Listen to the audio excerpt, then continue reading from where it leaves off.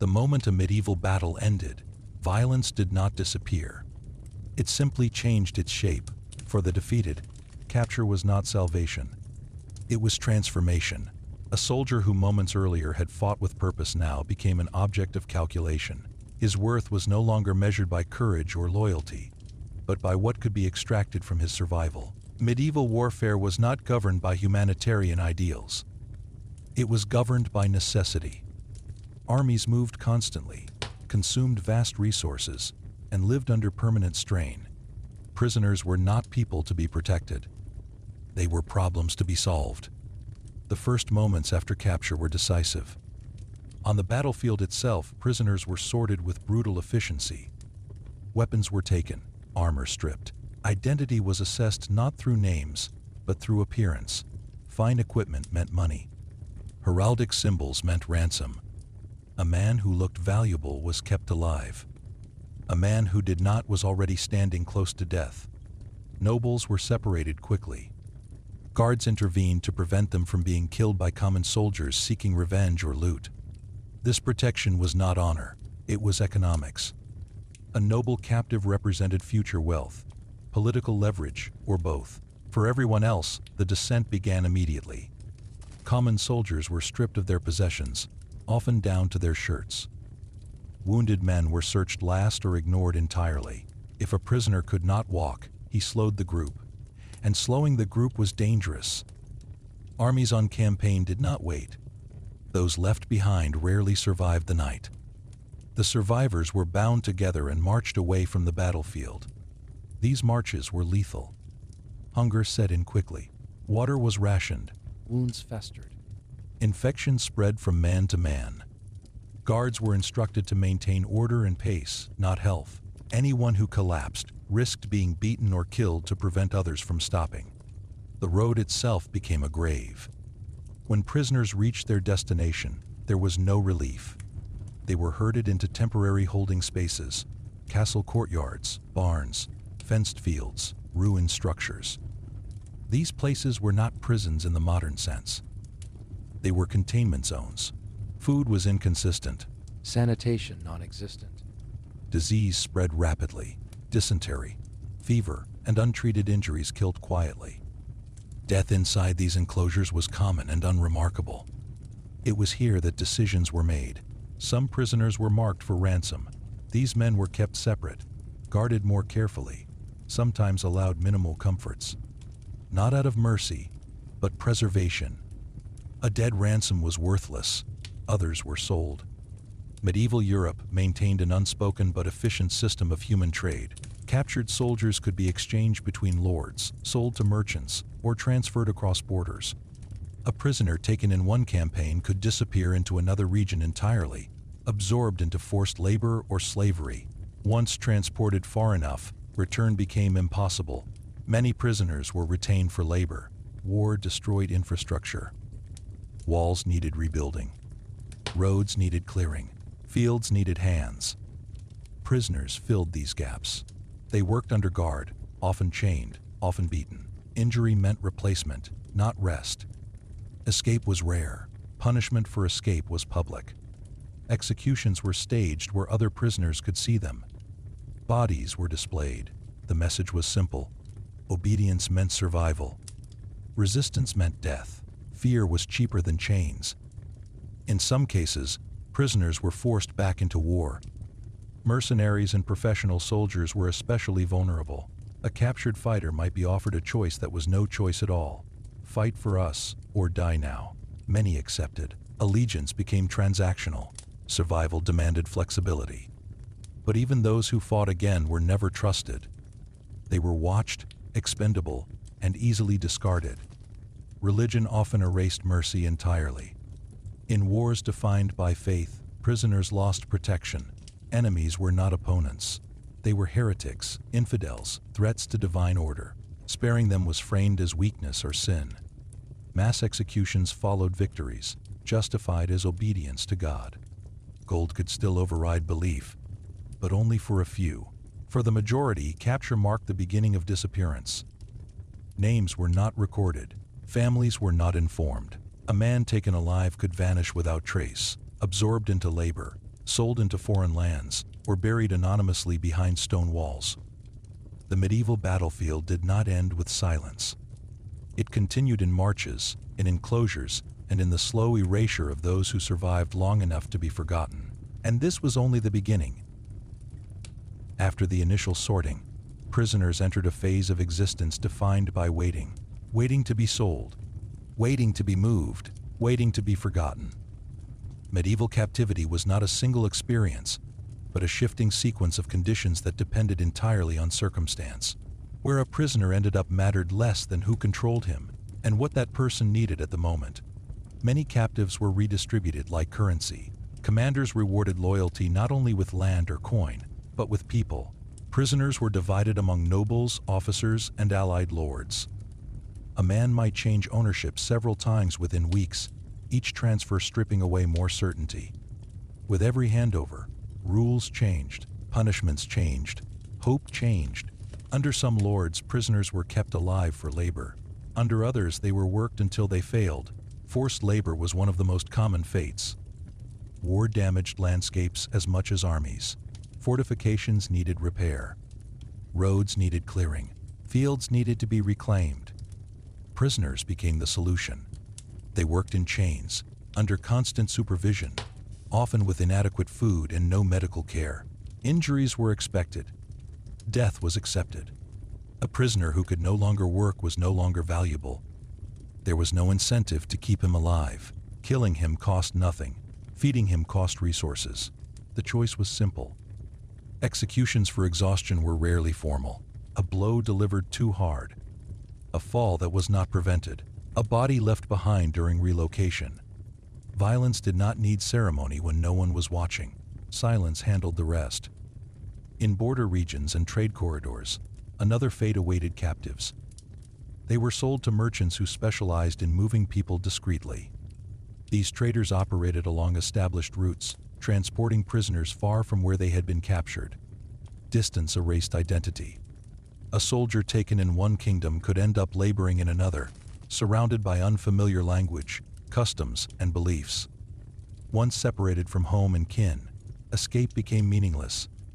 Even if freedom was achieved, there was nowhere to return to. For many, captivity became permanent displacement. Religious identity intensified this process. In conflicts defined by faith, prisoners were often denied any expectation of mercy. They were not enemies of a ruler, but enemies of God. This framing removed moral hesitation. Killing became purification. Mass executions followed major victories. They were framed as necessary, righteous, and ordained. Chroniclers recorded them not as atrocities, but as acts of devotion. Yet even here, contradiction ruled. A wealthy prisoner might survive where hundreds of poorer ones died. Gold bent doctrine. Status bent belief. The system did not see this as hypocrisy. It saw it as order. Women captured during campaigns faced a different, but equally brutal reality. They were rarely considered prisoners of war in any formal sense. Instead, they were absorbed into the aftermath of violence. Some were taken as servants. Others were forced into marriages that legitimized conquest. Many disappeared into households with no record, their identities overwritten by circumstance. Their suffering was not hidden. It was normalized. Children were treated as opportunities. Young captives were often spared immediate violence, not out of mercy, but potential. Boys could be reshaped into laborers, servants, or soldiers. Girls into domestic workers or political tools. Language, religion, and memory were replaced gradually. Survival demanded forgetting. For adult male prisoners, time itself became punishment. Long-term confinement destroyed bodies and minds. Hunger weakened immune systems. Infection lingered. Isolation eroded identity. Medieval sources occasionally describe prisoners who became withdrawn, incoherent, or aggressive. These changes were not understood as trauma. They were understood as failure. There was no treatment, only replacement. Even noble prisoners lived under constant uncertainty. Ransom negotiations could stretch for years. During that time, fortunes shifted. A family that could once afford release might lose power. Alliances collapsed. Wars ended. new wars began. A valuable prisoner could become irrelevant overnight. When that happened, treatment changed. Privileges disappeared. Conditions worsened. Some noble prisoners died in captivity not from violence, but from neglect once their usefulness declined. Their deaths were inconvenient, not tragic. Release, when it came, was never freedom. Former prisoners returned home bound by debt and obligation. Ransoms bankrupted families. Paroled soldiers swore oaths never to fight again, under threat of divine punishment. Breaking such vows was believed to damn the soul. Survival came with chains that could not be seen. For common soldiers who returned home, reintegration was brutal. Injuries went untreated, trauma unnamed. Communities expected immediate productivity. A man who could not work was a burden. Many drifted into poverty or crime. Others returned to war because it was the only structure they knew. Most prisoners never returned at all. They vanished into labor camps, foreign lands, and unmarked graves. Their names were not recorded. Their families were not informed. Medieval chronicles celebrated victories and commanders. Prisoners existed only as numbers, if they existed at all. This silence was not accidental. The system depended on it. To acknowledge the full cost of captivity would have questioned the legitimacy of war itself. It was easier to erase the suffering of the defeated than to confront it, and so it continued. Capture was not an interruption of violence. It was its extension, slower, quieter, more efficient. For many, the battle did not end when the fighting stopped. It ended when usefulness did, and even then, the end was rarely recorded. In the medieval world, survival was never the same as freedom. For those prisoners who endured captivity and lived long enough to be released, the war followed them home. Chains were removed, but consequences remained. Bodies carried damage that never healed. Minds carried memories that could not be spoken. Medieval society had no space for the broken. A man returned from captivity diminished. Ransom payments ruined families. Farms were sold. Titles were weakened. Political influence collapsed under debt. Former prisoners were not celebrated. They were reminders of vulnerability. Their capture had proven that protection could fail. Even nobles returned marked. Some were treated with suspicion, accused of weakness or compromise. Others were bound by humiliating treaties, forced marriages, or long-term obligations to their former captors. Freedom came with strings that tightened quietly over time. For common soldiers, the return was harsher. They came back to fields that had been taken over, families that had adapted without them, and communities that expected immediate productivity. There was no recognition of suffering, no recovery period. A man who could not work was a burden. A man who spoke of fear was ignored. Many drifted. Some became beggars. Others turned to crime. Many returned to war because violence was the only structure left in their lives. Captivity had erased the possibility of normalcy. Survival had narrowed the future. For those who never returned, absence became permanent. Families waited without answers. There were no death notices, no official confirmations. A son or husband captured in battle could vanish completely, neither alive nor dead in memory. Over time, waiting turned into silence. Medieval records did not preserve these lives. Chronicles celebrated victories, alliances, and kings. Prisoners appeared only as numbers or trophies. Their suffering was invisible by design. To record it would have forced uncomfortable questions about the nature of power and war. Castles absorbed the evidence. Dungeons were reused. Pits were sealed. Courtyards were cleaned. New prisoners replaced the old. Architecture allowed continuity without memory. Stone made forgetting easy. Over generations, the reality of captivity transformed into legend. Chivalry was romanticized. Ransoms became stories of honor. Brutality was softened into necessity. The system rewrote itself, presenting war as controlled and noble, rather than chaotic and consumptive. But beneath that narrative, the machinery remained. Medieval warfare depended on prisoners. Economically, politically, psychologically, captivity reinforced hierarchy. It demonstrated consequence. It reminded societies that survival depended on obedience to power. the suffering of prisoners was not a flaw in the system. It was the system. When mercy appeared, it was strategic. When cruelty appeared, it was efficient. Neither required justification. Authority normalized both. This is why captivity in the medieval world feels so unsettling to modern eyes.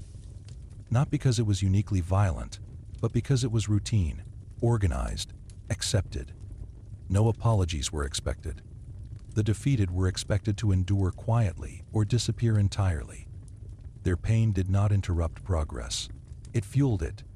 What happened to prisoners after medieval battles reveals a truth that myths avoid. War did not end when swords were lowered. It continued in marches, labor, silence, and slow erasure. Victory was not only measured by land taken or enemies killed. It was measured by how completely the defeated could be absorbed, exploited, or erased. The medieval world did not hide this reality. It built it into stone. And those stones still stand. Castles remain across Europe, admired for their beauty and strength. Tourists walk through courtyards where prisoners once waited.